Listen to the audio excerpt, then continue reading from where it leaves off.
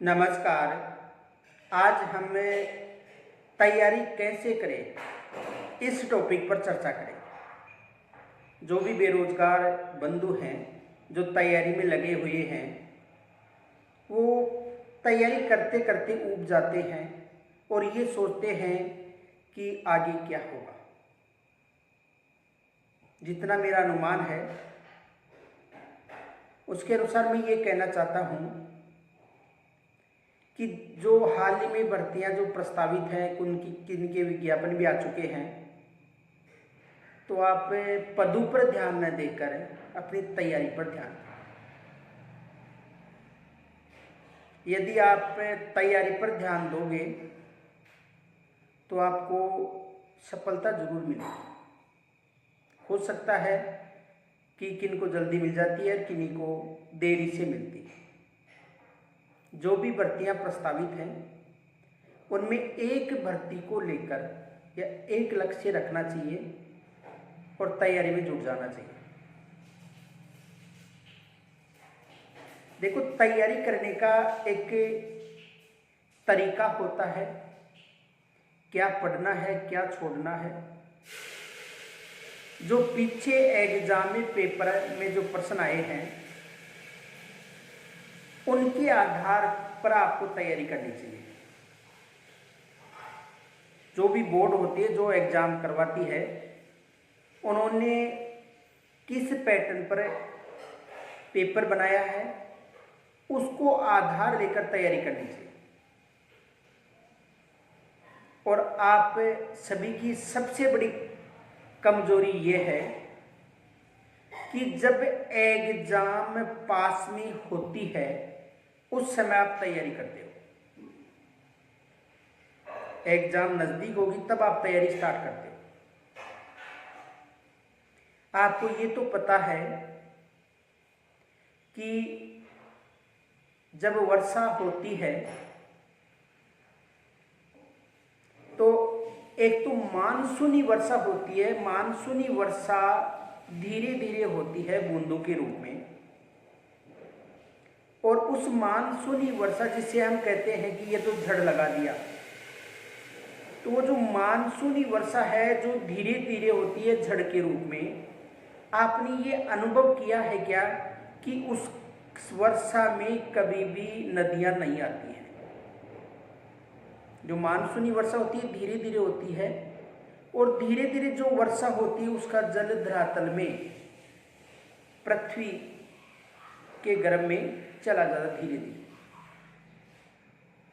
लेकिन एक ऐसी वर्षा होती है, अचानक वर्षा होती है, भारी वर्षा होती है, मूसलाधार वर्षा बोलते हैं उसको। और जो मूसलाधार वर्षा होती है उसका जो जल है वो धरातल में न जाकर नदियों के माध्यम से कहां पर चला जाता है, समुद्रों में चला जाता है। और उस मूसलाधार वर्षा से जन धन की भी हानि होती है, बाढ़ की स्थिति हो जाती है, कई परेशान हो जाते हैं। वैसी ही स्थिति आपकी है। आप तैयारी करते हो ना।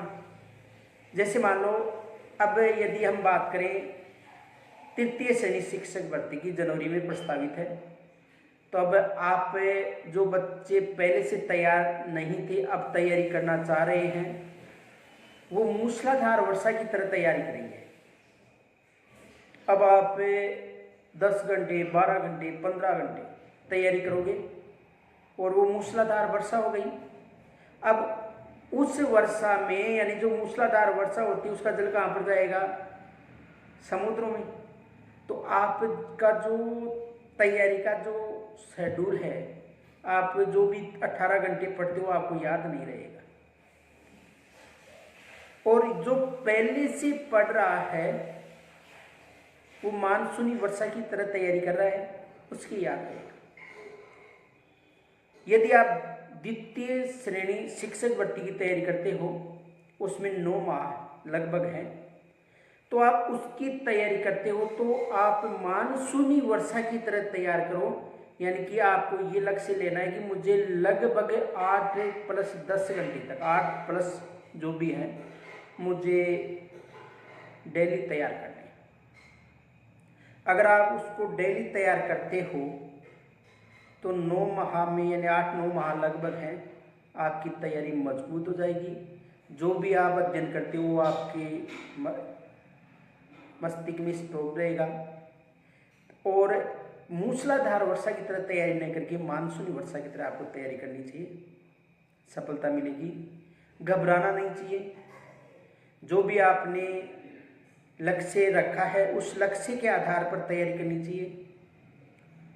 सोशल मीडिया से आपको दूरी बनानी चाहिए, क्योंकि सोशल मीडिया से ही आपका जो रास्ता है वो अलग हो रहा है। आप जो सोर्स देखते हो वो नहीं देखनी चाहिए। आपको एक ही लक्ष्य लेना चाहिए कि मुझे केवल तैयारी करनी है तो तैयारी ही करनी है। पदों की तरफ ध्यान मत दो। पद हैं, कितने हैं, उन पर ध्यान मत दो। जो भी हैं उनको लक्ष्य मानकर आपको तैयारी करनी चाहिए, सफलता जरूर मिलेगी। शॉर्ट्स नोट्स बनाना सीखो, क्योंकि आप शॉर्ट्स नोट्स बनाओगे तो एग्जाम में आपको काफ़ी फायदेमंद रहेंगे वो। और पदों के लिए मैं आपको एक उदाहरण बताता हूँ। 2013 की बात थी। बांसवाड़ा से द्वितीय लेवल में ओबीसी का एक पद था हिंदी विषय से, और उस पद पर किसी भी अभ्यर्थी ने आवेदन नहीं किया था, वैसा ही चला गया था। तो पदों पर ध्यान मत दो, केवल अपना लक्ष्य निश्चित करके तैयारी करिए। मेरा तो यही मानना है कि हमेशा मानसूनी वर्षा की तरह आप तैयारी करोगे तो आपको सफलता जरूर मिलेगी। जय हिंद, राम।